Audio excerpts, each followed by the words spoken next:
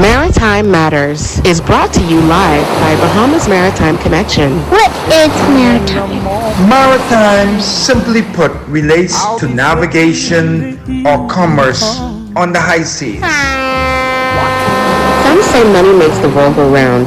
I say ships move the money that make the world move. Who navigates those large international ships? How often are international ships required to be surveyed and inspected? Maritime also protects our seas and borders by way of our local Bahamas Defense It is Force. very sad to say that out of 1,500 plus ships that are registered under the Bahamian flag, only a very small amount of Bahamians are employed. Maritime Matters. And pleasant good evening to you, our valued listening audience. Welcome one. Welcome all. Welcome to Maritime Matters. I am your host, Captain Glenn Bain. This is Tuesday, the 24th of September, 2024. And if it's a Tuesday, it's Maritime Matters. Our sponsors for tonight's show are One-on-One Pharmacy and also Island Care Pharmacy. For all your medication needs, check out my little cousin Shantia McBride and her lovely team at One-on-One Pharmacy in Nassau and Island Care Pharmacy in Freeport. Fill your prescription at the store or send your refills via the online site oneononepharmacy.com. That's One-on-One Pharmacy, all lowercase, all one word, .com. The three locations are East Street South, Charles Sanders Highway, and of course, in downtown Freeport, Explorers Way.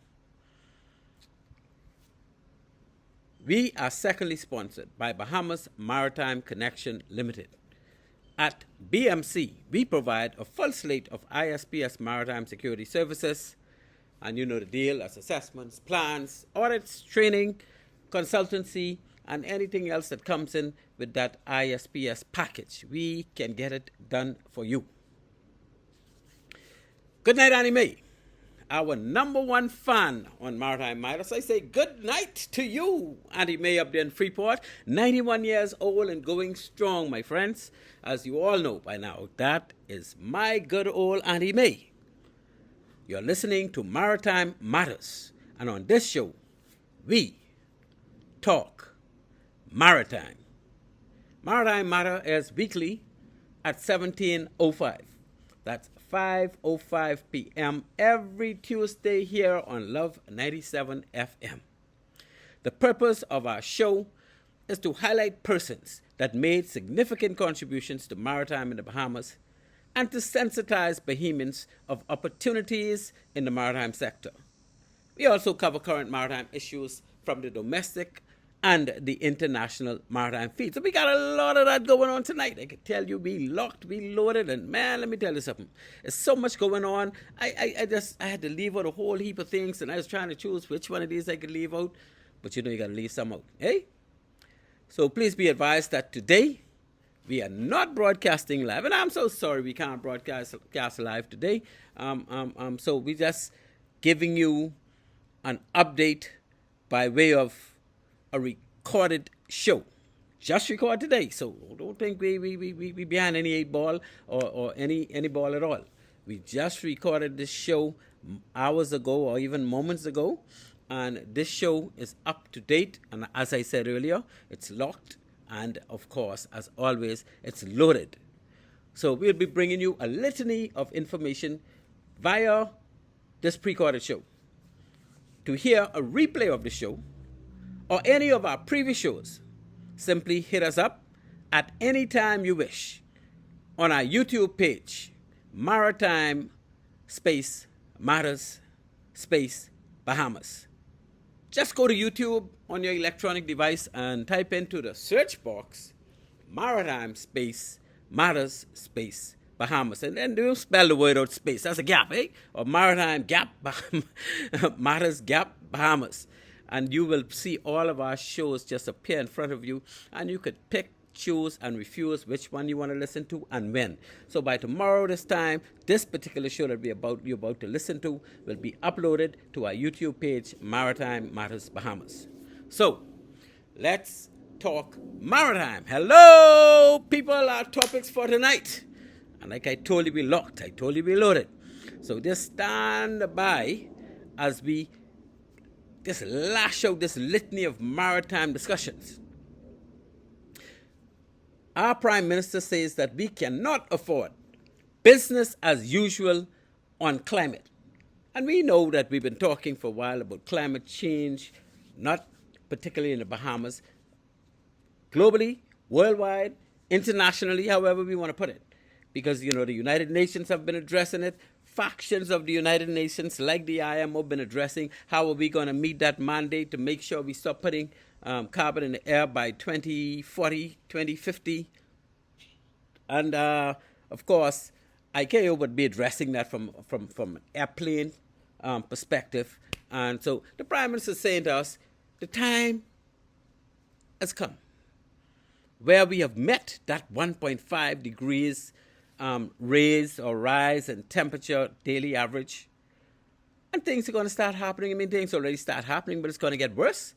And we need to stem the tide and get that back to where it's supposed to be, so that countries like us, and all countries in the world, right? The flooding been out of hand, the hurricanes was out of hand, the tornadoes were just taking charge and killing up a lot of people, sink a hole, as you noticed, the recent one is that big, huge, what you call it, super yacht, was sank just outside of Sicily, Italy. So things been happening, and our Prime Minister is saying to us, to the world actually, because of the United Nations, we can no longer afford to see climate change as business as usual. Our second topic would be the company that was chosen to provide shore power for Nassau Cruise Port. Nassau Cruise Port has decided, we know that a few weeks ago, we had it on a show where Nassau Cruise Port decided that they are going to go fully solar for their own consumption of power for their day-to-day operations. Now it has taken another step up to say we are going to provide cruise ships with power. And the government chose a provider for that power. We're going to go into details of the fact that it's natural gas that are going to be channeled and instead of allowing them, natural gas is going to be channeled to the grid that is going to feed the power to the cruise ship, as opposed to solar being channeled to the grid to feed. And we're going to talk a little bit about how come that's the case, right? And that's going to be a very interesting topic, as well as all of our topics are interesting. And we talk a little bit about what our former Prime Minister had to say. That's former Prime Minister Hubert Minnis had to say about why we taking this road and not that road. This road being the one where some private entities are going to, or some selected, well, maybe not selected is a better word. What is a better word to say? Some special interest persons or groups are going to be getting the lion's share of profits from the setup, as opposed to an IPO being sent out where Bahamians can actually buy into and own a greater share or a big share of that company. And I say not why just a share? Why don't we, the Bahamian people, own all the shares and hire in expertise that we think we need, and we wouldn't limit it to natural gas, right? LNG. We're going to leave it open to solar, hydrogen, and all the rest of that good stuff. We know that the world is now going toward. Why are we limiting out? Anyway, we can talk about that some more, because if I start talking about that, we wouldn't reach the other topics, because there's just so much to say about that Nassau Cruise Port 600 megawatt of shore power to be provided, and that's going to be happening soon. And, the PM talk about safeguarding the fishing flats, the bone fishing flats, mainly bone fishing around the Bahamas. We got $150 million, right, that is provided to be safeguarding because of the climate change, because the oceans are getting warmer. And fish don't like warm water to the extent where it's too warm. And we at risk, like all the other rest of the world, on losing some of our fishes on the flats. They wouldn't be so much plentiful. A lot of them will start dying if the water get too warm. And all of this is as a result of what man is doing with the climate change. So how are we going to address that?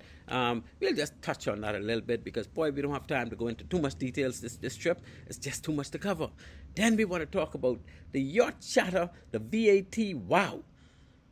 In other words, somebody in government is saying, I don't know what the yacht, what you call them, the marinas that provide facilitation for these yachts are complaining about that it's difficult for these yachts to get their VAT certification because that's a little quick round, turn around in a half hour. Anybody who apply would have their TIN number and they can go do what they have to do to get sorted out with VAT.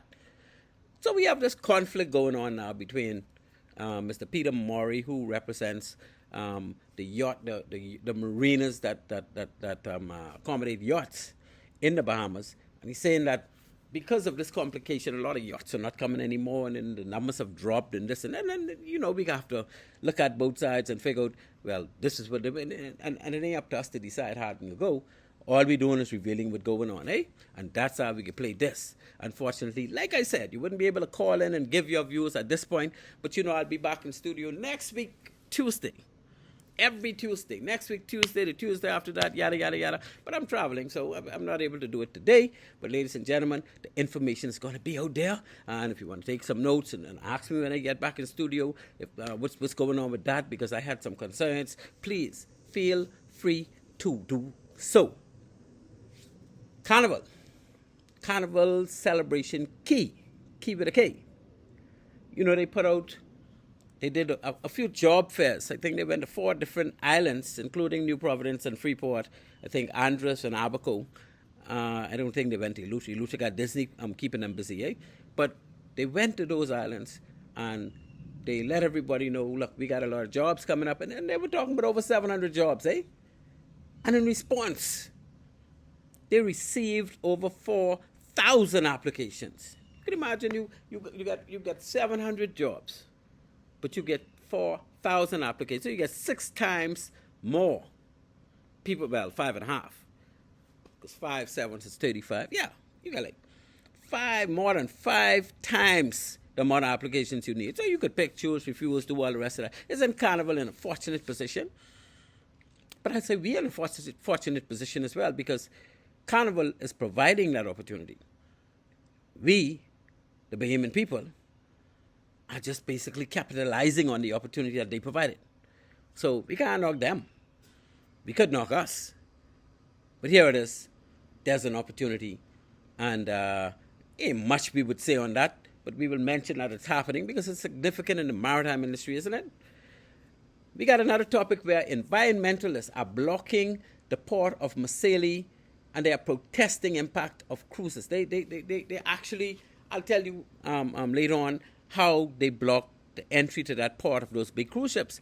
They fed up. They said, man, we got too much people, too much cruise ships coming in here, creating havoc with our environment. Our streets, our citizens could hardly find places to live now because of all this activity, they're taking up all the apartments. And then we could talk a little bit about it, but we've been talking about this now for a little while, because other areas in Europe, in Canada, et cetera, I think Australia, another country, but they don't care for no cruise ships to be coming into some of their ports, because they run amok and they make a mess. And it's too many of them. And we'll find, too, that they're building cruise ships so fast that they're running out of ports. And here it is, we in the Bahamas got a whole heap of islands where we could have a whole heap of new ports. But are we looking toward doing it? I am not convinced. I can keep singing and knocking on the door, and hopefully, because, we're led by a government that we put in place. Hopefully a government, and what's the opposition saying about this? What are they saying? That when their time to be government, whether it be this time, the next time, or the time after that, And that's the official opposition and the non-official opposition, right? I'm said who wearing black and white and led by my good friend Mr. Lincoln Bean and all that. What are they saying about each of our family islands having a cruise port that is readily done? It's not very difficult to have done if they were to get in power. Because we could criticize the government, and when the new government come in, we could criticize them, and when the other new government come in, we could criticize them. We could criticize and criticize and criticize. But what do we get from them before they get in the chair? Do we hear this is what we're going to do because we think this is the right thing to do? Or they just be quiet on us, and when they get in the chair, they do what they feel like doing, and we start criticizing them, and it rotates and revolves and keep going into, when they get in the chair, we criticize them, but when they're out of the chair, we ain't hearing nothing from them, and we ain't checking for them. No, we need to hear from them, even while they're not in the chair. Let us know what your thoughts are. Let us know if you support some of the things that are going on. If you don't support some of the things that are going on. Yeah, you go to the House of Assembly, and you deal with items on the agenda, but we want to know what you're saying about things that could help the country to move forward that are really not even on the agenda, like some of these maritime stuff that we keep talking about every Tuesday. So let's see where we go with that, getting ports for these new cruise ships to go to, and we're sitting on the doorstep of the largest home cruise porting, 3 largest in the world. So we can't ever have too much ports for them, eh? They're going all over the world trying to find new ports. They're getting run from some, but yet we're not doing what we could to give them some more ports while they build billions of dollars worth of ships, bringing millions of people to our shores. Come on, man. We got to do our part. We got to do our part and stop clowning. So Spain has a similar situation. The port of Ibiza, I think that's how you pronounce it, or Ibiza. I don't know. I don't speak too much Spanish.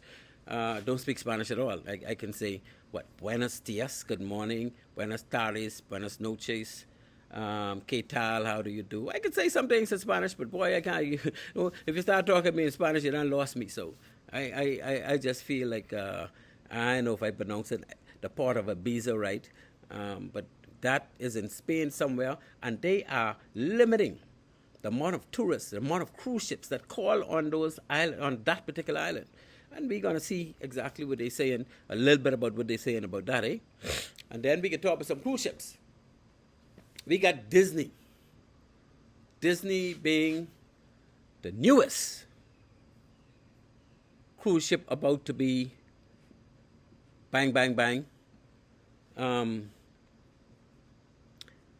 we'll talk a little bit about, because they got like 7 ships to come on stream before 2031. That's how much years from now. 7. In 7 years, they got like 1 ship every year. I talking about big, huge ships costing over $1 billion each. So you don't think Disney looking for some more ports in the Bahamas to utilize? Well, they have Castaway Cay. They're now getting ready to embark upon Lighthouse Point in Saudi Lutra. And that'll be the only 2 they have in the Bahamas. But, Port Canaveral, which really is where the ships go for the Disney experience before they even get on a cruise ship. Disney is big thing in the world. I think Disney must be the number 1 tourist destination worldwide, because most of us would have been to Disney and see, or what they put into making Disney and those sites, what they offer, and how the crowds are so huge, and Disney's Disney, man. That's the number 1 spot in the world where people would want to go to, especially while they're kids, eh? And we, the Bahamian people, we take it for granted, because once we get to Florida, we drive to Orlando, a 3-hour drive, and we see Disney till we tired. It ain't no big deal for us. But people in China, people in Australia, people in Japan, people in Singapore, Malaysia, Russia, yes, they want to go to Disney World as well. We know all the big basketball teams, when they lose the playoff, their next step would be, yeah, we better go to Disney, because ain't no more playing for us, and let them other 2 teams play. That's how we roll. So Disney is there. We have those cruise ships that Disney's paying so much money for. And same thing with Carnival, same thing with Royal Caribbean, same thing with Norwegian Cruise, same thing with is it MSC, same thing with who else? Virgin. And then we got all them coming to us in big numbers, more than they go anywhere else in the world. Nassau Harbor is the most busy non what we call it, home porting visit in the world. And if we could be anything like them said, those ones in Ibiza and Marseille and those other ports up in what I call place name up there, where the ships just go, where they only could go during the summertime.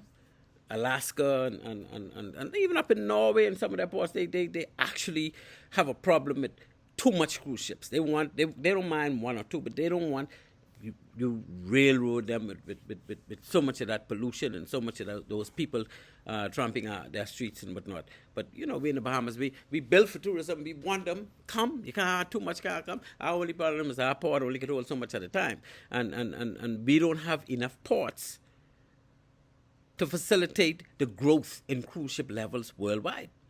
And if you ask me why, I'll tell you because we've been lousy. Yes, our government is the initiator as far as not getting that done, but we the people, we got our eyes too, We could see too. Why are we not putting pressure on our government and our opposition and all these other administrations that come in and go out and do things to make sure that they do some of the things we want them to do? We could cry, we could laugh, we could do whatever we want to do. But if we don't start putting pressure on them from, I guess, an avenue of protesting or just writing to the newspapers or just calling talk shows and speaking to when are we going to have a cruise port in Cat Island? When is Crooked Island going to get? When is Long Island going to get a nice one? What about Inagua? They right there, all them ships passing up and down. Meguana, Betsy, come on, man. We got to push for it. We who living on these family islands, or who from these family islands but living in Nassau but would very much like to return to those family islands to live, we need to push for them to engage those cruise ship reception facilities because they represent a whole heap of jobs that we could go back and do. And that's all I got to say on that. Yeah, well, I mean, it could be all night on that because you know how this go. This thing go with sense. What else are we going to talk about tonight, people? We got Salva's complete emergency tow for the Sonian. You remember that ship that the Houthis jack up, dig up, and then once the ballistic missiles and whatnot caused the ship to stop and took all the crew off, they went on board and they detonated some more stuff on that ship. Excuse me. That was the Sonian, and that ship was loaded with oil. And the fear was, if it continues to burn and it start to get any hole in the hull or any that cargo start to seep out, it will be a disaster, a huge disaster, the largest oil spill disaster ever. And so I think it's not Germany, which there's a country, I think it's Greece. Greece was responsible for registering that ship. It's a Greek vessel. And the Greeks was kind of, afraid to send out tanker to get the ship because they figure once the tanker, the big tugboat go to tow it, the Houthis may attack the tugboat. But the Houthis agreed after a while with those involved. Say, look, man, we done do what we had to do. We're not going to make an attack on anything that's trying to rescue the ship because just like y'all, we don't want this oil spill all over the place and mess up our area. Us who got to continue to live in Yemen. We don't want that happening. So yeah, we can let y'all bring in the tug and let them tow them out. And they were because first they were talking about bringing a barge. But the Houthis say, yeah, y'all could bring the tug. And now they're actually going to tow them out into a safer, what they consider a safer area to actually lighter that ship. And lightering means you're getting barges and we're not taking fuel off the ship in a organized way. So they're going to lighter that, and that's how they could be dealing with that. What else we get on the agenda for tonight? But you all be tired of hearing my mother. No, yeah, you know how this is. I could talk for an hour and a half. I could talk for 2.5 hours. I could talk for 3.5 hours. Because once there's topics that need to be covered, and I have some knowledge on these things, I am very comfortable to talk. So, ladies and gentlemen, you can get used to my voice tonight. Like I say, I'll be in studio next week when I could take calls from you. We could discuss things from two sides. And every week there's a different sets of feeds. So we down now to where we're going to have the USS, is it Harry Truman? The USS Truman, that's the large aircraft carrier, well, one of those large aircraft carriers that is now going to be deployed to the Mediterranean, to east of the Mediterranean, because they got so much tension kicking up in that area. And when I say tension, I'm talking about between Hezbollah and the Israelis. And really, I want to say Hamas, but Hamas is the one that created this whole havoc. But after the Israelis started to really attack the Gaza Strip and all that, Hamas they was after initially, but by doing that, they actually meddled with Hezbollah too. I wouldn't say they meddled with Hezbollah because they ain't scared of Hezbollah. I mean, they could mash up Hamas, Hezbollah, and anybody else who come in that area, right?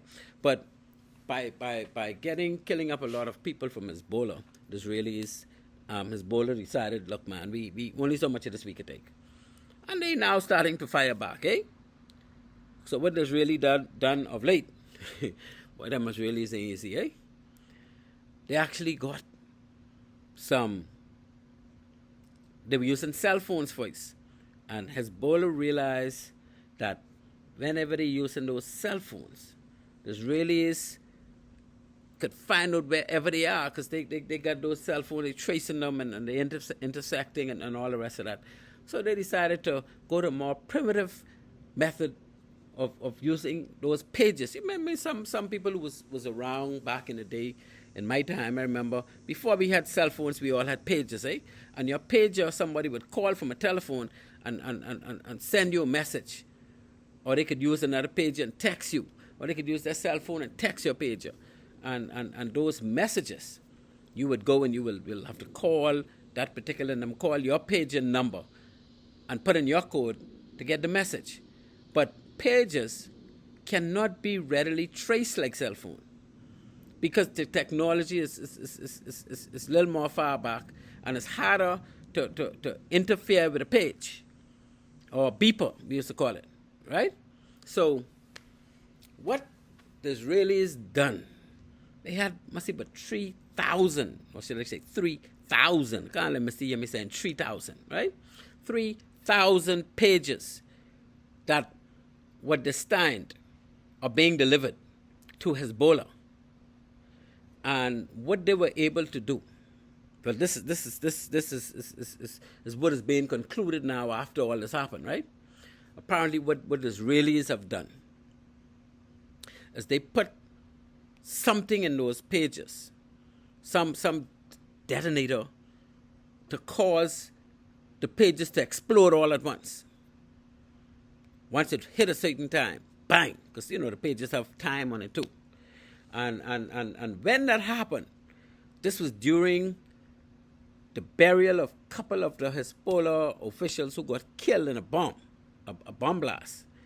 And so a lot of them were attending, and when that happened, a couple of people actually got killed from those explosions, although if it was too close, I guess, a lot of people got injured. You had a handful, must see, but less than 10 people got killed. But you had thousands of people that got injured. Some lose limbs, some just got burned badly and that type of thing. So this is a serious little, I don't know what kind of warfare you call that, but it's all warfare. And, some people say Hezbollah probably don't deserve it. Why would you do that to a group after killing up all the people? But anyway, that's how the Israelis rolling, and that's how that one panning out.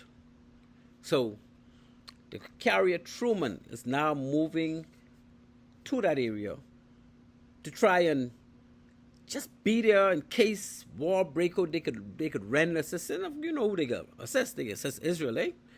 But they trying hard to get Israel to understand you can't be mashing up these people all the time and doing this and doing that. Is Israel listening? Boy, I don't know. But we know one thing. It going on, eh?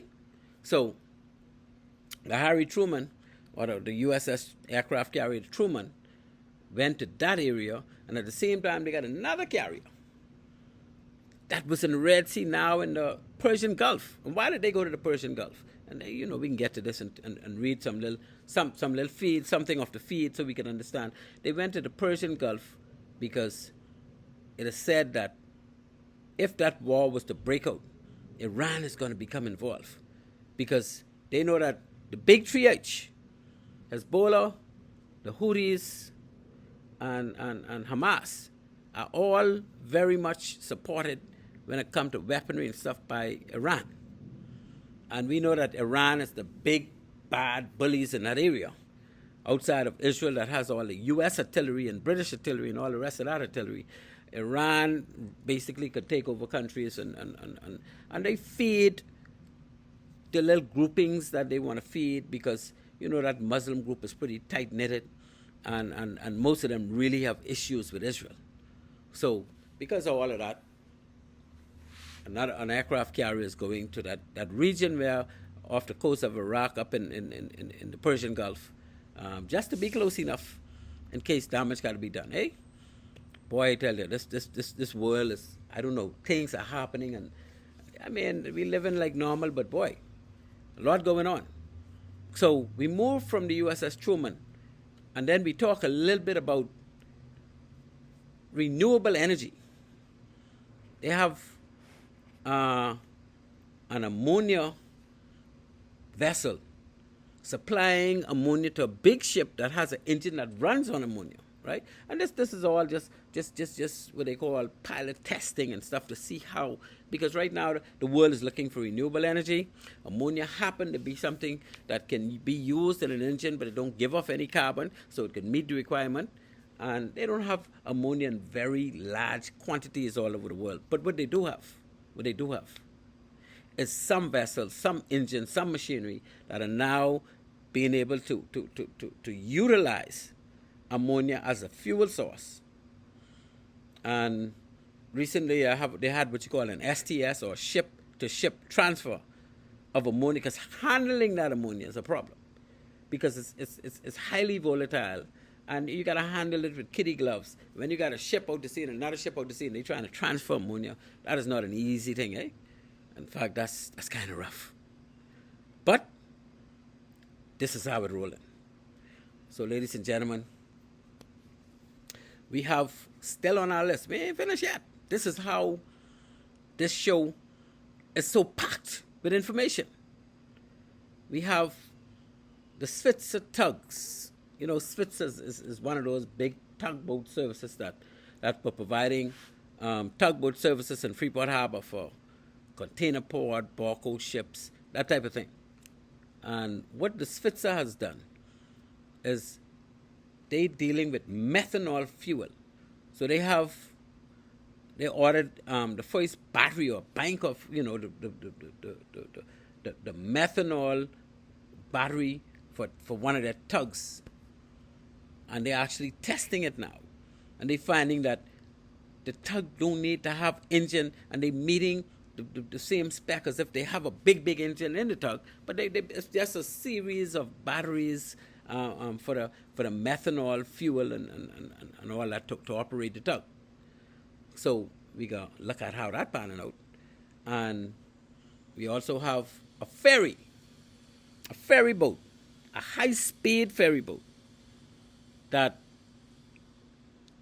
operates, a lot of them operate in the Washington area, because they got a lot of waterways. But those ferries, a lot of people depend on them to get from one side to the next. And they have car ferries too, where you drive your car on. But this one is a passenger ferry. And this ferry, they're giving out millions of dollars in award for the person who could design a miniature ferry and show how this ferry could be operating on hydrogen, or hydrofoiling electric power generation. Once they do that, everybody happy, and they would build on that design to get a much larger ferry and a much faster ferry, but they only want to know that the model can work. And so they're paying out these millions of dollars for people to make models that actually utilizing hydrofoil or hydrogen as a fuel source in this ferry. And once you could prove it could work, and I guess who come up with the best design and whatnot will win all our money. And last but not least, we're going to talk about, well, we might get to this. We might not get to it. But you remember the submersible that sank, that imploded when they went by the Titanic? It's the Titan. Well, they've been studying the bits and pieces they find from the Titan, the U.S. Coast Guard, and they're releasing a lot of information now.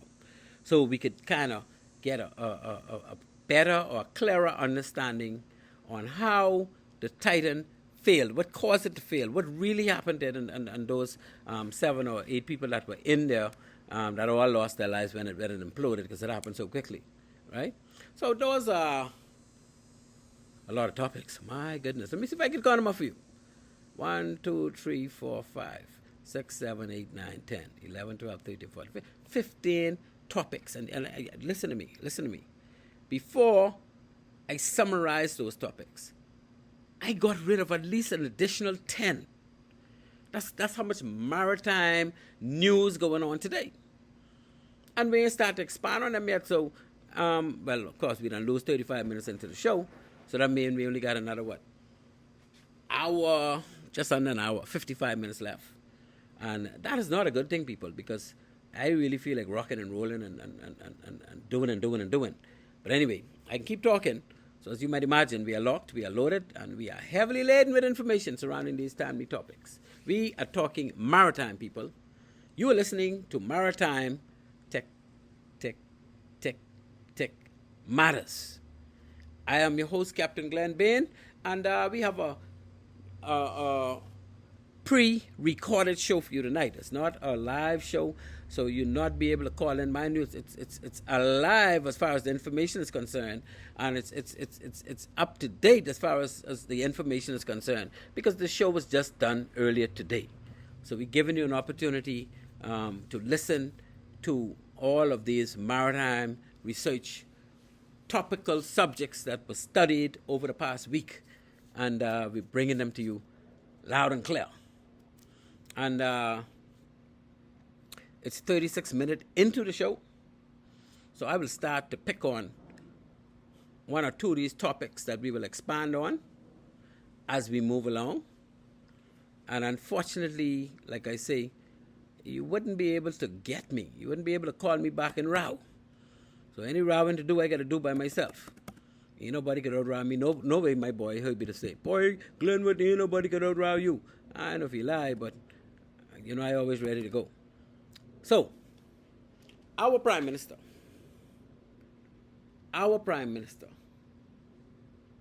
my good Roll Avenuean compatriot that rose from Roll Avenue to being the Prime Minister of our country. He was at the United Nations, or was he? No, he was in New York somewhere. He was speaking at the Climate Week in New York City, 2024. And this was just Sunday, right? And according to the dailies, the Tribune and the Guardian is the only 2 I use because I get all the information online. And with that, I'm able to feed it into the show. And it reads, Prime Minister Philip Brave Davis warned that the world can no longer afford, open brackets, business as usual, close brackets, on climate action. And he didn't say climate change, he said climate action. So we have to take action. We can't just sit back as we normally do. We have to take action. We reached that stage as global temperatures have now exceeded the critical 1.5 degrees Celsius threshold for an entire year. You remember when Prime Minister Mia Mottley out of Barbados put on that big-time speech about 1.5 degrees Celsius. That ain't Fahrenheit now. Fahrenheit is like 3 times that. 1.5 degrees Celsius. So based on the information gathered over the past year, we have averaged on a daily basis more than 1.5 degrees higher than it was when they made that claim, I think back in, was it 2014? Well, it could have been a little later than that. But they made that claim that we cannot go another 1.5 degrees. We were inching up all along. But, ladies and gentlemen, I'm sad to be the one to tell you, we have actually done it over the past year. According to our Prime Minister, putting both humanity and vulnerable nations like the Bahamas at risk. So humans in general are at risk because we know the earth will lash back when man do things to upset the earth will lash back. The earth is a living, Gaia is the earth. Gaia is a living organism, all right? It's not a human, it's not an animal, it's not a plant, but the earth itself is living, and the earth itself will protect itself from being destroyed. However we look at it. Some of us think that, man, Russia and the U.S. and them got all kind of nuclear weapons. You know that if they let them nuclear, the whole world will be destroyed. The whole world will not be destroyed. They could release all they want to release. The earth will still be here. Yes, it will have some holes in it. Yes, just about all living things may be catching hell up until the time when that fallout goes away. It could be a couple of days, it could be a couple of years. But guess what? The earth will rebound. Gaia will rebound. Now, Gaia may have some people who look all twist up. And some trees would look a little funny from what they look today. But they will morph into living. The earth will start living again. Things on earth will start living again. Because the earth don't die. The earth will die when the sun stops shining. Right? And that's going to happen because the sun has a lifespan of anywhere between 8 and 10 billion years. And we're not halfway through that, eh? So according to my studies and the principle of Gaia, and you could Google it anytime. That's Gaia, Gaia. You Google Gaia, you Google how long will the sun continue to live. The sun have a lifespan. And this showing about getting into those scientific details. But just in case you want to know, you go on Google, Gaia as the earth, or you could Google how long will the sun last, and you will be there for hours and hours getting new information and more information so that you can get an understanding on what the scientists project. And I know scientists, and I know if you was one, then you'll understand. If you're not one, then that's like saying, I have a pain in my chest, but I don't think these doctors know what they're doing. So I have to deal with this myself. No, we need to go to the doctor. If you have a company and you need to have your accounts audited, you need to call in the professional audit accounts. I'm a maritime man. I deal with maritime stuff. If a ship need to be surveyed or inspected, it's somebody like me who got to come and do it. The people who own the ship or who own the ship don't necessarily have that skill. And it's the same thing in the world of science. The scientists, I can listen to them before I listen to somebody who ain't scientists talking about things like that they study. But anyway, like my good friend Nahash would say, I digress, right? Let's get back on track. Because time continues to move on. So our Prime Minister said that we've reached that 1.5 degrees Celsius. And he said, experts say failing to remain below that 1.5 degree threshold significantly increases the risk of severe climate impacts. Say climate change. That's like how earlier said climate action. Now we're saying climate impacts. In other words, things that will happen from a global perspective or from an earthly perspective, from Mother Nature perspective, right? Including more frequent and intensive heat waves, and we had some heat waves killing up some people, and we know it's hotter today than it. I mean, you can hardly go sleep with air conditioning now. That we done so used to air conditioning, you know. It's just that the atmosphere is that much more hotter and more humid than it used to be in days when we could go sleep without air conditioning. Mind you, might could still do it, but it can be quite frustrating as some of us probably experience of late, right? Especially with BPL going down, and man, that has been a natural nightmare. But anyway, like I say, I digress. So, experts say failing to remain below 1.5 degrees threshold significantly increases the risk of severe climate impacts, including more frequent and intensive heat waves, droughts, floods, and rising sea levels. Boy, and I could tell you the research took me so deep into this stuff, I just got to leave that alone. So speaking at Climate Week in New York City 2024, on Sunday past, Prime Minister Davis expressed alarm that the global temperature threshold had been exceeded for the first time over a full year. He urged world leaders to take bold action, refraining climate action as an opportunity rather than a sacrifice. So you in other words, yes, we got to make sacrifices to try and protect Gaia or the Earth, right? But let's look at it as an opportunity we could use to do some things. And the Prime Minister goes on to say, I understand that tracking climate change presents a unique challenge. It requires us to make decisions today that may not yield immediate benefits. Nothing that leaders often face pressure from election cycles and short-term results. And he goes on to say, but we, as global leaders, need to reframe the narrative. We need to look at it from a different perspective. Climate action is about creating new industries, new jobs, and new pathways to prosperity and security. So the Prime Minister is saying, man, look here, we could find ways to make money out of this thing, new ways. So Mr. Davis highlighted the devastating impact on climate change on the Bahamas, where hurricanes like Dorian and Matthew have led to an ongoing cycle of borrowing to rebuild. And we know quite well that since Matthew and Dorian, even around that time, our national debt has grown exponentially. I think we were averaging, and you're probably still averaging somewhere in the range of $1 billion a year in borrowing.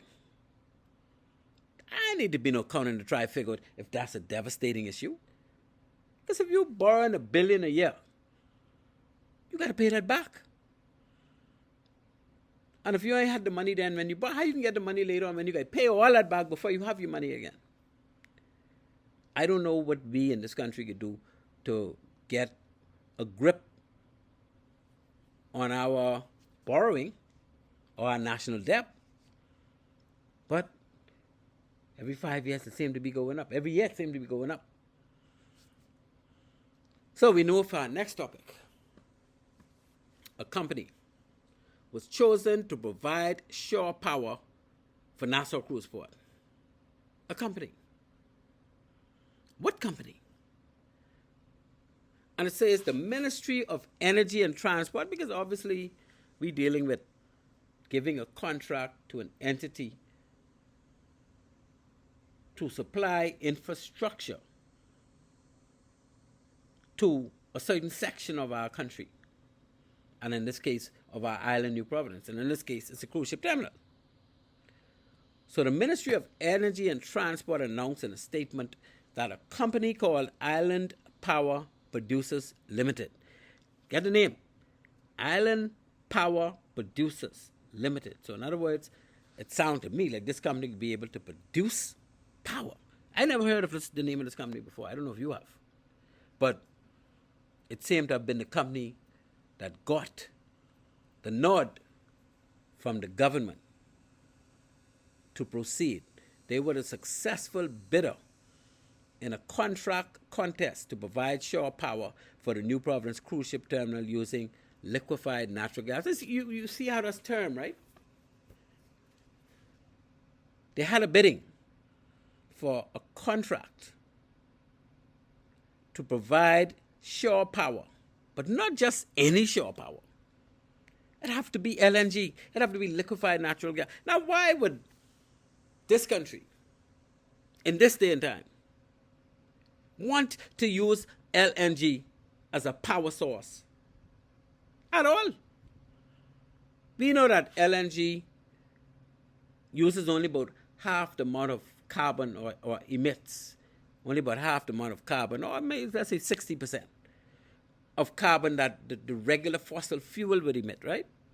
And we all know that the entire world is moving toward reduction and eventually desist of emitting carbon into the environment, because it'll be illegal generally after 2050, after 2040. So the world is now moving toward not just reducing the amount of carbon an entity puts into the environment, but zeroing down, period, anywhere in the world, putting carbon into the... So in other words, if you have a car today, you just get a brand new car, and 20 years down the road, you're still driving that car, or you get one 10 years from now that uses the normal combustion engine, right? Fuel, diesel or gas. That car in 2040 will no longer be able to go on our street, because it ain't going to be allowed to emit carbon. The only cars will be allowed on the street is if you have it running off ammonia, of methanol. If you have it, of course, we got the electric vehicles that goes on battery already in place. And this is what it's going to be. Because on Earth, you will no longer, based on the United Nations agreement, unanimously by all countries in the world, you will no longer be able to turn on any kind of machinery that is going to use oil-based products, coal-based products, or anything that once combusted emits CO2. Because the Earth has too much CO2 as we speak today. Don't need no more CO2. We need to now remove some of that CO2 by desisting from emitting any, and hope that our carbon sinks, like our seagrass meadows and those Amazon forest trees and trees all over the place and all that would continue to absorb the carbon out of the environment and sequester it and store it again like it doing now in underneath the seabed and underneath the tree roots and that type of thing. That's where they're storing it now, and people stop moving the coal out of those coal mines and leave them where they're stored, because it will be illegal to use them. And this is where the world is going. And what our Prime Minister is saying is, because we know we got to go there, that's going to create a lot of opportunities in renewable energy. Naturally, it will. And he goes on to say, the government of the Bahamas remains committed to pursuing energy solutions that are reliable and more affordable to all Bahamians and businesses. Right? Now, that quote is not our Prime Minister. This is from our Ministry of Energy. So, dear Honorable Minister of Energy and Transport, if we are saying, or if we are hearing from you, that the government of the Bahamas remain committed to pursuing energy solutions that are reliable and more affordable for all Bahamian businesses, and you're telling me that we're going to be putting in the request for proposal, the RFP, that don't even consider solar, because we want no solar company to provide this power, although it's going to be cheaper for us and it's going to be cleaner, because 20 years down the road we ain't have to make sure that stop being used. Wouldn't that be the way to a commitment by the Bahamas to pursue energy solutions that are reliable and more affordable for all Bahamians? And you know, we got to talk about who own this company called Island Power Producers Limited. Because we are now dealing with a situation that BPL provides the power. So why we didn't allow BPL to provide? Now we know they could be a mess, eh? But even if we're going private, why don't we do like we did with the airport? Let the Bahamian people buy out all the shares. And then we hiring experts to set up the actual plant from solar that will supply that 65 megawatts of power that is needed for the cruise ship to plug in when they come to use Prince George Wharf to let the people off and bring them back on. Why not? What is wrong with us doing it that way? Why we have to, first of all, limit it to LNG? I think I know why, but I gotta ask the public. Why would we want to limit the energy source to LNG as opposed to just leaving it open? And if LNG win, then LNG win. Why don't we leave it open so people who want to provide? Because something look a little, you look look a little offish with this. You limit it first of all, and even though you're limiting it, you're not giving Bahamians the opportunity to own this thing. It's going to private interests that we don't even know who these people are. I mean, some of us have an idea. But why couldn't it just be open to all Bahamians to buy it? Let me put an IPO, international public offering out to say any Bahamian who would wish to have ownership in this company that's going to supply electrical. Anyway, we can move into what our former Prime Minister had to say about this very same nature of who's going to own this company that's going to provide the cruise ship. And the cruise ship actually needs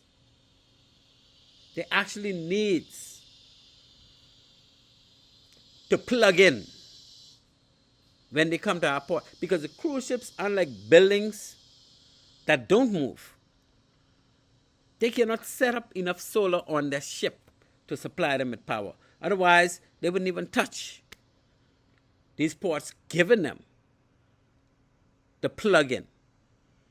But they also got to make sure that by 2050 or 2040, as I recall, I think it's between them 2 years, 2040 and 2050, those 10 years, that they wouldn't be allowed to even use an engine that burns carbon or emits carbon. So, because they are cruise ships now, the cargo ships have a little rougher, right? Because they go more distances and they don't go in port every day like cruise ships. Most cruise ships go in port at least once every other day. And so, because they could be in port all day, they could plug in and turn off all their power on the ship and just let the port provide them, by way of using solar or wind farm, provide them with enough power to keep their ship going. And that's all we're trying to do right there, We're trying to help out the cruise ships because they need it. They will be needing as we move forward. And at some point, if we're doing it with natural gas, we even need to be able to use natural gas. So that whole plant can have to be disassembled and replaced with solar anyway. So why don't we just go to solar one time and let the Bahamian buy into this company? Because that's something that's going to be making money forever. Anyway, let's move on. Because the minister says that it also explains that the need for private entity to develop shore power for the port is due to the inability of BPL to supply an additional 60 megawatts to cruise ships. So the Minister of Energy is saying to us that our power generating company, BPL, is so lousy that they have an inability to supply an additional 60 megawatts. Supplying that additional 60 megawatts is only a matter of putting the infrastructure in place outside of what they already have for the city. This is something totally different. So if they need the funds to do it, again, they could do a public offering to people like me and you. And we could own the entire BPL by public offering. We have enough money in this country from the citizens to buy out BPL, to buy out BTC, to buy out water and sewage. And the government don't have to go borrow no money for these things. And then we will own it. We will have a board to run it, and that reports to us, the owners. And ain't no private groupings will be getting all the profits. The profits will belong to all of us.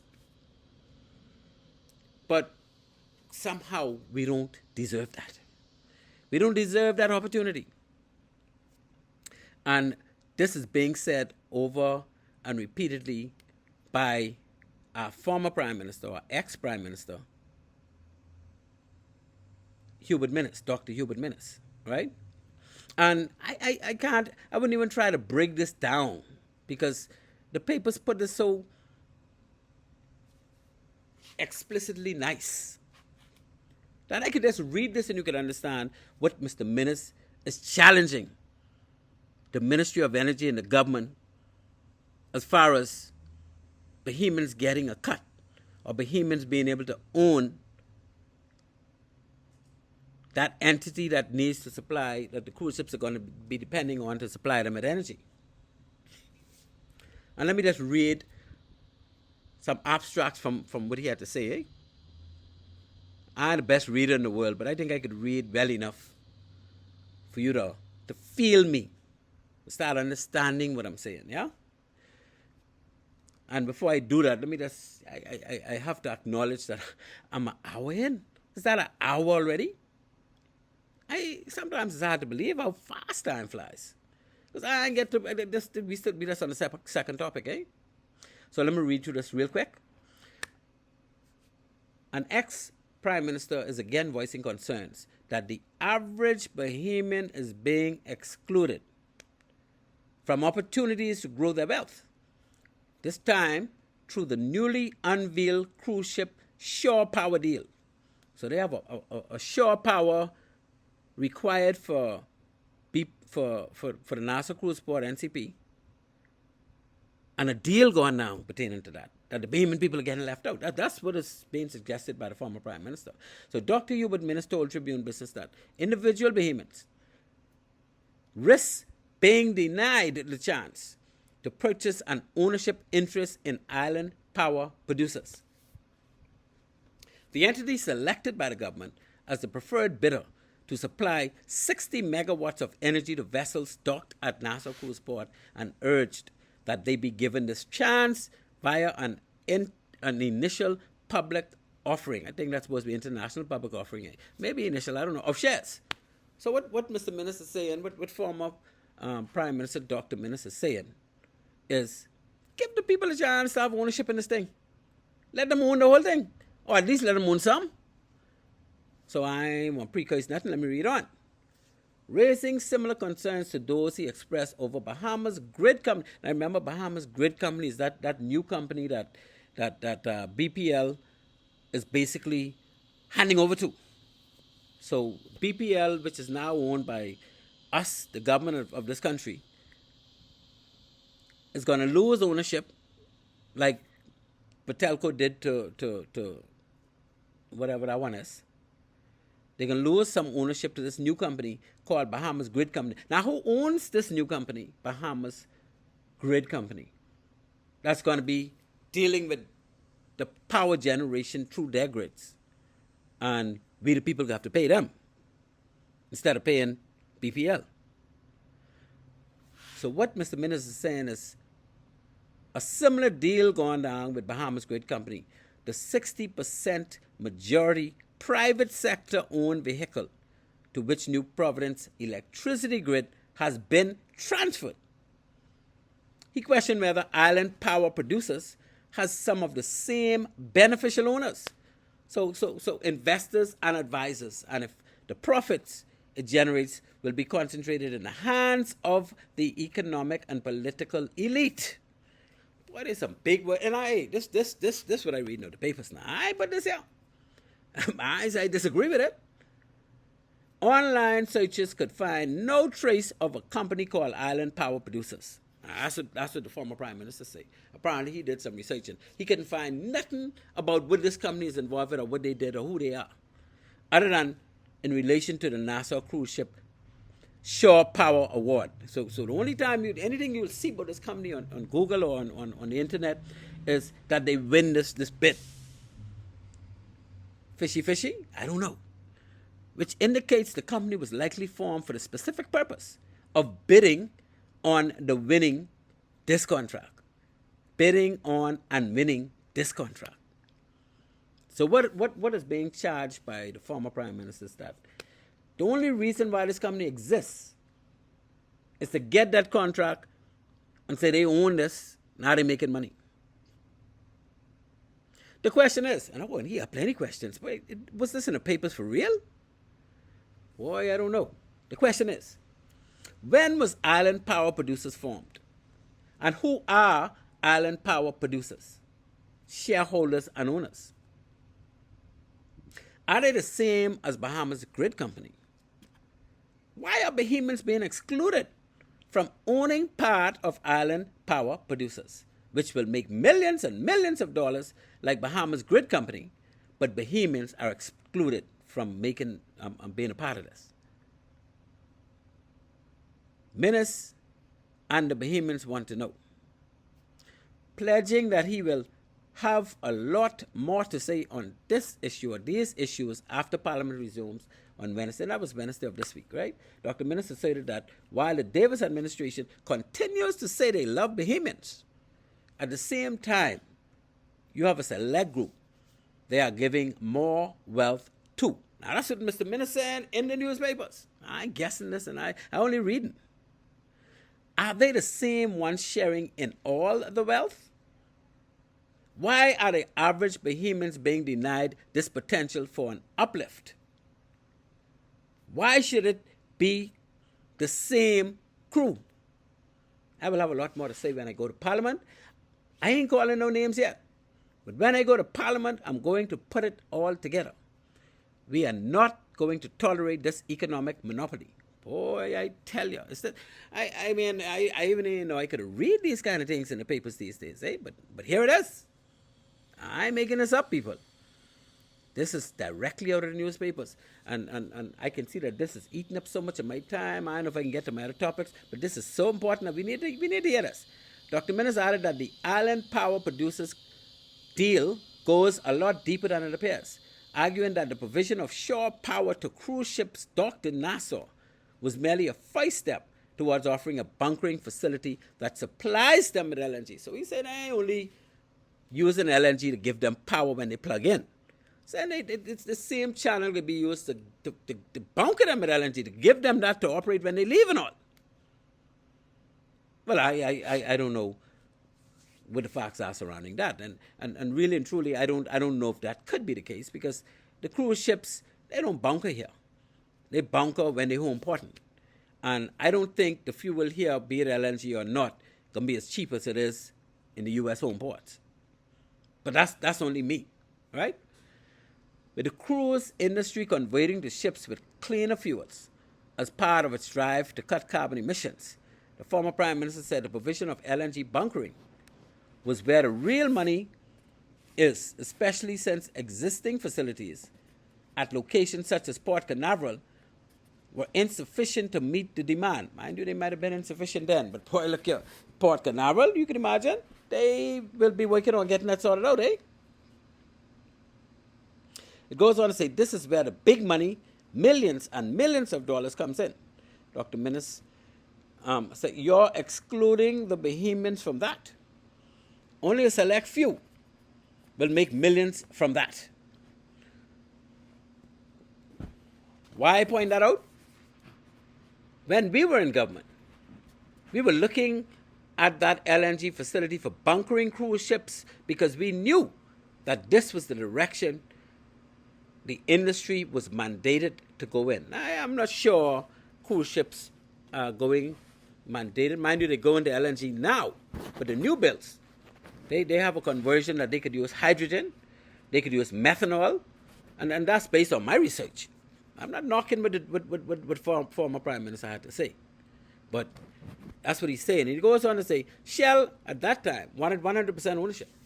We objected and worked out a formula where we, as the government of the Bahamas, own 65%, Shell own 10%, and give the public a chance to own 20% to ensure the Bahamian people would own what is to come. Now, see, I have a problem with that.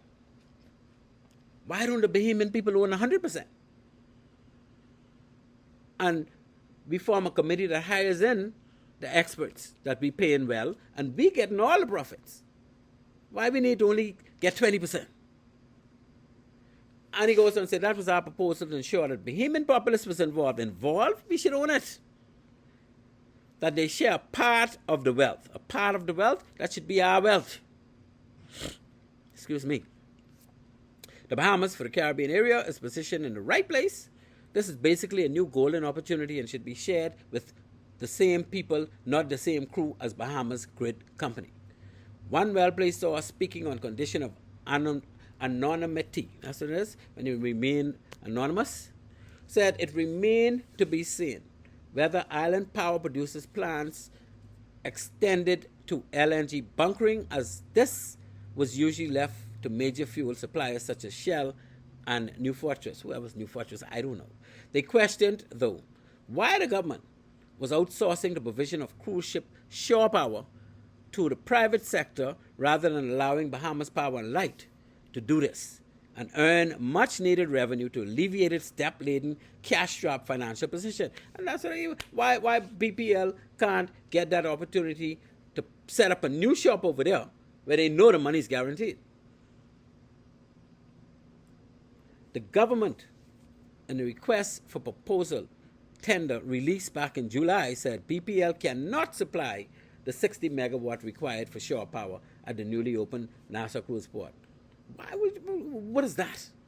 At this juncture, BPL is fully subscribed to meet its existing energy demands and cannot allocate additional power for the port's requirements, and that's a separate entity.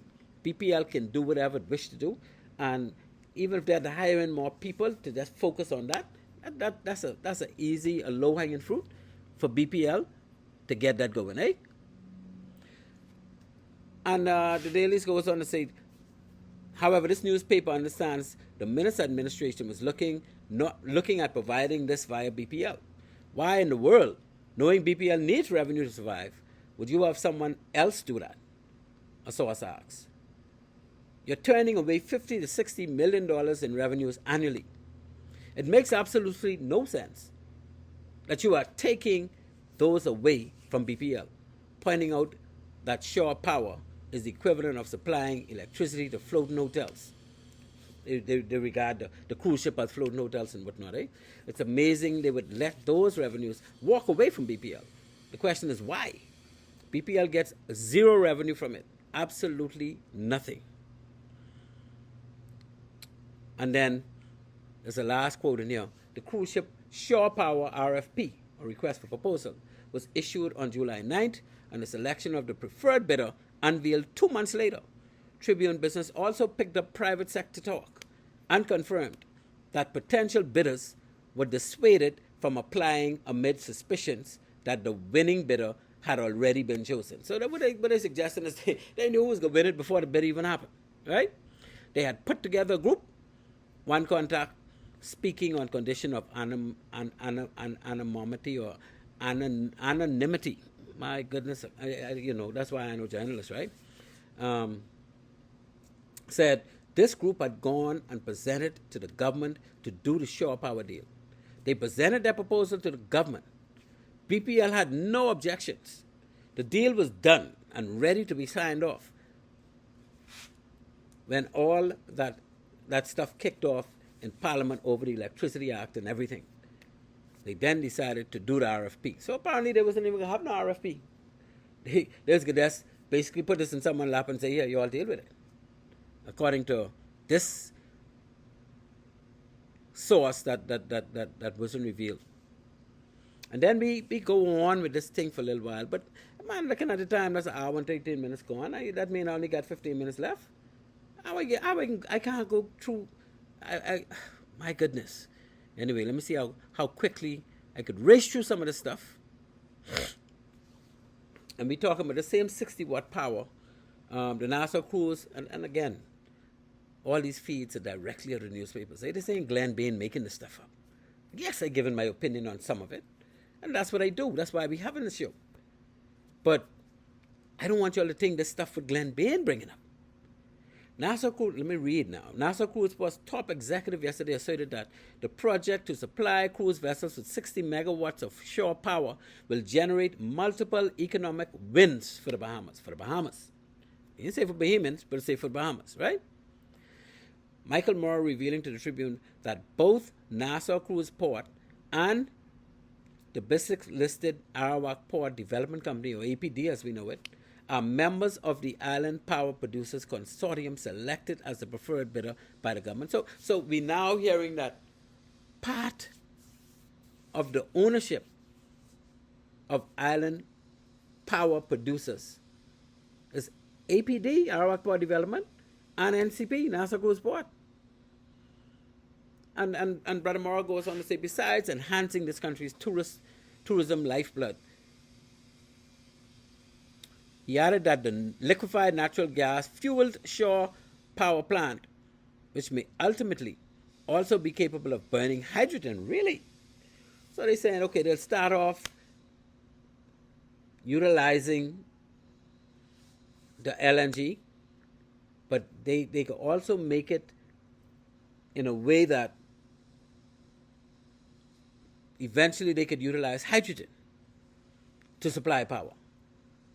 So as I was saying earlier, at some point before 2040, no matter what they put there, once it's LNG, they ain't gonna no longer be able to use that no more. So I guess it's at this point that they would switch to hydrogen, which again wouldn't emit any carbon into the environment. So they'll change. When hydrogen costs a little more, because it's a little more costly to produce. So they want to go. Let me tell you something, people. What I'm reading into this is that while the world, based on our Prime Minister, needs to get into this renewable energy and stop emitting that carbon for the sake of Gaia, for the sake of this earth to not lash out against us. While this is happening, the Bahamas, on the other hand, of course, under the spearheading of our Prime Minister, wants to use LNG. And then later on, when they have to, replace it with hydrogen. And they still ain't mentioning solar. So I don't know what's going on with all of this, but it does not add up. So it goes on to say, besides enhancing this country's tourism lifeblood, he added that the LNG shore power plant, which may ultimately also be capable of burning hydrogen, represents a backup generation source that Bahamas Power and Light, or BPL, can turn to when its own units go down, so as to avoid the load shedding that has plagued New Providence in years past. So what they're saying is, okay, this new company putting this thing in place could feed back to BPL grid when some of their generators break down. So how silly is that, eh? You building a plant that's going to be making money, not only off the cruise port, but they're also going to make money when they feed back to BPL because BPL is so lousy. When are we going to work on BPL not being lousy anymore, and we don't need to do things like this? He added that LNG fuel would arrive at Arawak Key by ship, then be taken by an underground pipeline below APD to the consortium power plant located some 700 to 800 feet away. So it'll be on Arawak Key, but it'll be right outside of APD plant. That's where, so when the ship comes to offload the LNG, they'll have a pipeline set up at the dock where the ship will attach, and because the pipe is running under APD could charge them for utilizing that underground pipe. Or they may even put it there. So that they're making money even off the transfer of fuel from the ship to where the plant could be.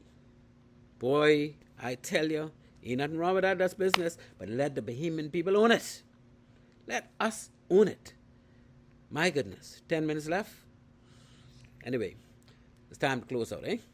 It's time to close out. So I wouldn't be able to go on any further. Man, there's just so much going on. You know what? I could just finish this up. And all of these other things that obviously we didn't get to, I think I have to start out with them next week while the show live, and you guys can call and we could really go to town on them, eh? Because, of course, we have another week of feeds, but we have to pick out some of these hot stuff and come back with them, man. Especially the stuff with all these cruise ships being turned away from going in certain ports, and the Bahamas are so ripe, and we need to get the Bahamas with all of these ports so that when they get turned away, they can come right here and come to us, because we can have like 12 different destinations in our one country, so they could go crazy touring the Bahamas, eh? That's how we need to be carrying on. So, in this last couple of minutes, let's see how we can close out on this. Is power being provided for cruise ships? Because I mean, we could run a whole show on that, and I think we basically did, eh? We ran a whole show on this, where we was talking about renewable energy, and we was talking about how the Prime Minister said we need to stop burning fossil fuel. Although our Ministry of Energy decided we need some fossil fuel to start off with. Let's why don't we just go to solar and don't worry about the natural gas, LNG? I think I know why. Right? And I think you might know why. Most of us should know why, because we see the thing play out over and over again. It's all about the Benjamins, that money. Let the world suffer because we need that money. You heard what the former President Donald Trump said in one of his speeches? He said, the world talking about they can cut out fossil fuel. All of this reserve we get in America, all this fuel we get in the Gulf and underneath our country, we have so much that we don't even need to import, but we was only importing fuel because we wanted to keep our reserves. Now that they say they ain't want to use that no more, we could drill, baby, drill. We could use that like mad. Because he already know. He being the former President Donald Trump already know that even if he wins, or let's assume he wins, and he wants to drill, baby, drill, he could only do that for 4 years. So 4 years from 2024 will be 2028. The mandate that all these countries making will only go up until when? Until 2030, and because our Prime Minister, our current Prime Minister, already pledged to the world and to the United Nations that by 2030, the Bahamas will have cut down some 30% of energy use that are carbon-based. So here it is again. What are we doing toward that? Now we know that election is in 2026. So we could promise anything because let's say the government changes or the administration changes, because government is continuous, eh? Let's say the administration changes in 2026. Those pledges that were made 2 years ago by our current Prime Minister will have to be taken up by this new body. And if the government don't change, then he could be in another term and he said, well, okay, we pledged that, now we can start doing that because we win again. So we could pledge anything we want to pledge now because we can't speak all the way to 2030. We can only speak what we would like to see, which is fine, and that's what it is. But we're not doing what we said we want to see. We said we're going to bring in 90 megawatts. You remember we said we bring in 90 megawatts of power by way of solar for the island of New Providence. So if this dock only needs 65 megawatts, and we already had arrangements to bring in 90 megawatts, why can't we just go down the same road and bring in the 65 megawatts and NPPL doing that? Why are we saying they're incapable of doing that? That is not adding up. Okay, so let's move forward. He added that LNG would arrive. Okay, that's when he said they could get money from that's the pipelines, moving the stuff through the pipelines. Tribune Business understands that an IPO structured similar to APD, where Bahamian investors purchase a combined 20% equity stake in the container port, has not been ruled out since an agreement has been sealed with the government and construction is underway. This, in effect, well, let's go to the next one. Mr. Morrow, meanwhile, said cruise industry trends and investments designed to deliver on the sector's commitment to slash greenhouse gas emissions and reduce its carbon footprint mean there is a strong justification for the Bahamas to introduce shore power itself. And I agree with him. Yes, we want to introduce shore power because the ships need shore power in order to cut out their emissions. But, body say limited to LNG because LNG have to be phased out soon. Go straight to solar or wind farm. Noting that the Port of Miami in June commissioned shore power berths that will be used by most of the cruise lines that visit the Bahamas, the Nassau Cruise Port chief disclosed that Royal Caribbean has already voiced interest in having its ship connect while docked in Bahamian Cap. We talked about this couple shows ago, We talked about this when Brother Morris said they are going to get solar to energize for anything the port needs as kind of their day-to-day functions. They're going to be using solar for clean energy just to show. But now, if you could do that for your own port use, why you could supply the ship with something other than solar? That's very conflicting to me. And I it's hard for me to wrap my head around this LNG versus solar use. Why not solar? So, we go on. Noting that the Port of Miami in June commissioned shore power berths that will be used by most of the cruise lines that visit the Bahamas, the Nassau Cruise Port chief disclosed that Royal Caribbean has already voiced interest in having ships connect while docked in the Bahamas capital. Miami's berths will serve Carnival, Royal Caribbean, Virgin, Mediterranean Shipping Company as MSC, and Norwegian, all the big ones. Well, Miami don't have Disney there. Disney go to Port Canaveral. And Mr. Morris said two of the vessels to most frequently call on Nassau as the Carnival Conquest and the Royal Caribbean Freedom of the Seas have become the first to hook up to its shore power. That's the shore power in Miami. So they're doing it already in Miami. They're doing it, and I don't know if they do it in Port Canaveral yet, but they will be. And definitely, Disney and the rest of them could be doing it up in Canaveral. Port Everglades is the one I was after. And it goes on to say, since we only got 4 minutes left, my goodness. These ships happen to be Nassau Cruise Port customers. They are shore power ready. And the expectation, and the shore power could mean any source, But those cruise ships are concerned about even plugging into a source that is emitting carbon. But if you ain't give them no choice, I guess they ain't got no choice, So we at Nassau Cruise Port have to compete with other destinations, and you need some more destinations, You need some more destinations because you need the destination of those family island ports that we're going to put in place. And people, that kind of sums us up. I have to sum up there. I have to say that thank you for listening to Maritime Matters on such situation where we not live, not able for you to call in. I am Captain Glenn Bain, your host for the night. It's not a typical show, but it's what we got. And next week, Tuesday, I look forward to getting some calls on some of these matters. We got a lot more to cover, as you know, and we will be delving into those pretty quickly into the show. And that's how we could be rolling. So I say good night, Annie Mae, my sponsors, Bahamas Maritime Connection, the 101 Pharmacy, and also Island Care Pharmacy up there in Freeport. We thank you for continuing to sponsor the show. And to you, my dear listener, thank you for continuing to listen. And with that, as always, we have to move on. So I say, Maritime Matters.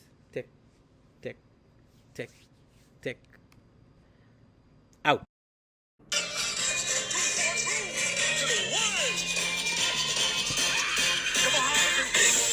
My life is a big thing, all over a big thing.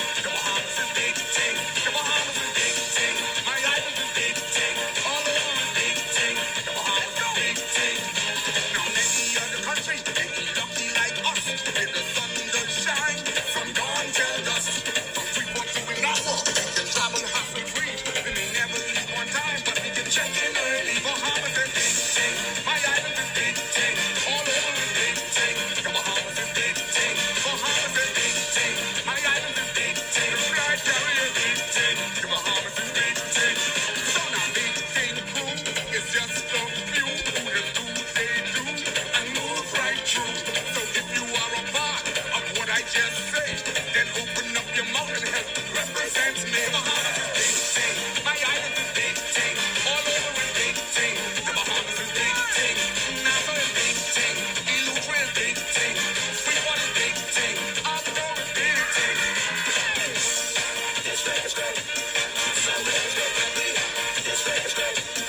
So very great. I'm for real. Call it back. 242. It's very great. You've seen the world and tend to travel here with us.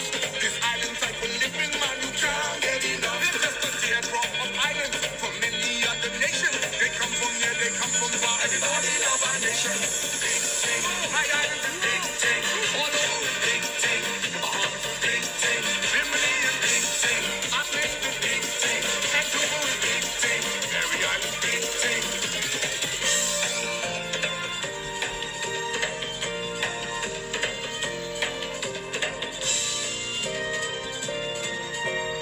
We're big thing, boy. Big thing. My island is big thing. All over is big thing. The Bahamas is big thing. Big one is big thing. Inagua is big thing. Crooked Island is big thing. Island is big thing. Big thing. My island is big thing. All over is big thing. The Bahamas is big thing. Santal is big thing. Cat Island is big thing. Rumpy is big thing. Rikers Island is big thing.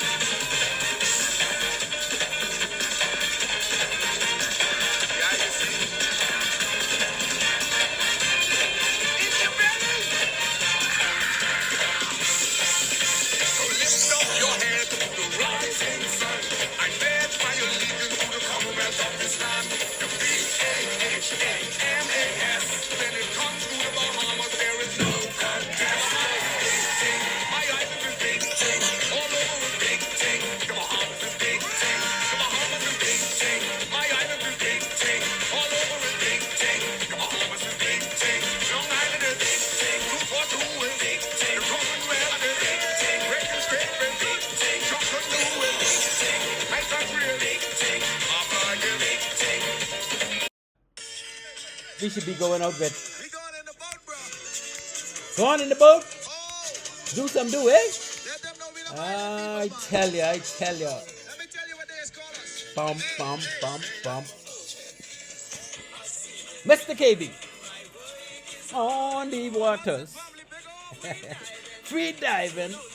Trying out liners. How we survive. Ladies and gentlemen, thank you for listening to Maritime Matters. With that, we say Maritime Matters. Tick, tick, tick, tick. Out.